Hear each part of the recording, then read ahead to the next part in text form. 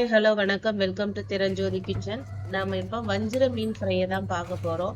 அதுக்கு வஞ்சிர மீன் 1 கிலோ வாங்கினேன். ஆனா இப்போ தேவையான அளவுக்கு மட்டும் நானே எடுத்து வச்சிருக்கேன். இதுல வந்து சிக்கன் 65 பவுடர் போட்டிருக்கேன் 1 ஸ்பூனுக்கு. அதுக்கு தேவையான இந்த 4 or 5 ஃபிஷ்ஷுக்கு மட்டும் தேவையான கொஞ்சம் சால்ட் ஆட் பண்ணி வச்சு இதுல 1/4 டீஸ்பூன் இஞ்சி பூண்டு பேஸ்ட் ஆட் பண்ணிட்டு இதை நல்லா மிக்ஸ் பண்ணிக்கணும். இது நல்லா ஊறணும். இது வந்து குவான்டிட்டி கம்மியா இருக்கிறதுனால தண்ணி வந்து கொஞ்சம் லைட்டா தெளிச்சுக்கலாம். நாம இப்போ வந்து நிறைய ஃபிஷ் இருக்கு அப்படின்னா அதுல தண்ணி விடும். நமக்கு தண்ணி தெளிக்க வேண்டிய அவசியம் கிடையாது. உங்களுக்கு வேணும்னா கொஞ்சம் லெமன் ஜூஸ் நீங்க புழிஞ்சிக்கலாம். நான் வந்து எங்க வீட்டுல எல்லாருக்குமே கோல்டு இருக்கிறதுனால நான் லெமன் ஜூஸ் பிழியல. உங்களுக்கு வேணும்னா நீங்க லெமன் ஜூஸ் பிழிஞ்சு எடுத்துக்கலாம்.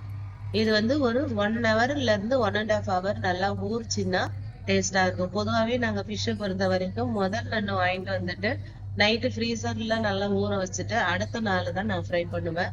அப்பதான் வந்து அது நல்லா ஊறி இருக்கும், டேஸ்டாவும் இருக்கும். ஸோ ஃபிஷ்ஷில் பொறுத்த வரைக்கும் பாத்தீங்கன்னா எல்லா ஃபிஷ்ஷுமே உடம்புக்கு ரொம்ப நல்லது, நல்லா சாப்பிடலாம். இது வந்து பாத்தீங்கன்னா குட் கொலஸ்ட்ரால், நம்ம உடம்புல இருக்கிற பேட் கொலஸ்ட்ரால இது வந்து ரிமூவ் பண்ணும். அதனால ஃபிஷ் டெய்லியுமே ஒண்ணு எடுத்துக்கலாம். ஆனா நிறைய ஆயில் போட்டு ஃப்ரை பண்ணாம கொஞ்சமா ஆயில் போட்டு ஃப்ரை பண்ணி எடுத்துக்கோங்க. இதுல வந்து வடை மாதிரி எல்லாம் சுட்டு எடுக்காம லைட்டா கொஞ்சம் கொஞ்சமா போட்டு எடுக்கலாம். ஈவன் உங்க வீட்டுல ஓவன் இருந்ததுன்னா இன்னும் சூப்பர். அதுலயே லைட்டா எண்ணெய் லைட்டா தடவிட்டு நீங்க உள்ள வச்சு எடுத்துட்டீங்கன்னா இன்னும் ரொம்ப நல்லது ஹெல்த்துக்கு. ஸோ இந்த கொலஸ்ட்ரால் இஷ்யூஸ் சொல்றதுனால இப்போ நான் உங்களுக்கு ஒரு விஷயம், ஒரு ஸ்மால் டிப்ஸ் சொல்லணும்னு ஆசைப்படுறேன். இப்ப வந்து பாத்தீங்கன்னா ஏறக்குறைய 1 ஹவருக்கு மேல, அதாவது நான் 1.5 மணி நேரம் இதை நல்லா ஊற வச்சிருக்கிறேன். இப்ப நம்ம தேவையான அளவுக்கு எண்ணெய் ஊத்தி வறுத்துக்கலாம். இங்க பாருங்க ஒரு 2-3 ஸ்பூன் தான் இருக்கும். அதுவும் நீங்க வந்து டவா வந்து பாத்தீங்கன்னா நான்ஸ்டிக்கா இருந்தது அந்த எண்ணெய் கூட அதை எடுத்துக்காது. பொத்து ஃபிஷ் வந்து நிறைய ஆயில அதுக்கு எடுத்துக்காது. ஸோ அதனால நல்லா ஃப்ரை பண்ணிக்கலாம். வடை மாதிரிலாம் போட்டு எப்பவுமே எடுக்காதீங்க. இப்போ கொஞ்சமா போட்டு நீங்க இது மாதிரி ஃப்ரை பண்ணிக்கோங்க. இந்த குட் கொலஸ்ட்ரால்ன்றது சொல்ற விஷயத்துல நீங்க டெய்லி வந்து வெந்தயம் சாப்பிடுங்க. 1 ஸ்பூன் அளவு வெந்தயம் சாப்பிடுங்க. நான் டெய்லியுமே 1 ஸ்பூன் அளவு வெந்தயம் சாப்பிட்டுட்டு தண்ணி கொஞ்சம் குடிச்சிட்டு இருக்கிறதுனால அது வந்து ரொம்ப ஹெல்த்தியா இருக்குது. பாடிக்கும் வந்து ஹீட் ஆகாது.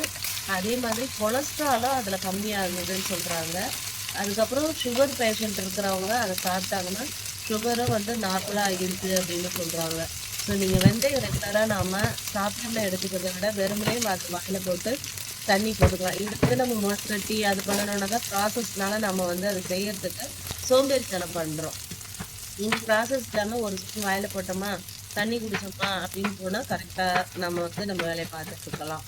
ஸோ குட் கொலஸ்ட்ரால் நமக்கு வேணும் அப்படின்னா இந்த மாதிரி இது ஃபைபர் இருக்கக்கூடிய பொருட்கள்லாம் நம்ம சாப்பிட்டோம்னா ரொம்ப நல்லது. பாருங்க ஃப்ரை பண்ணிருக்கோம், நல்லா ஃப்ரை ஆயிட்டு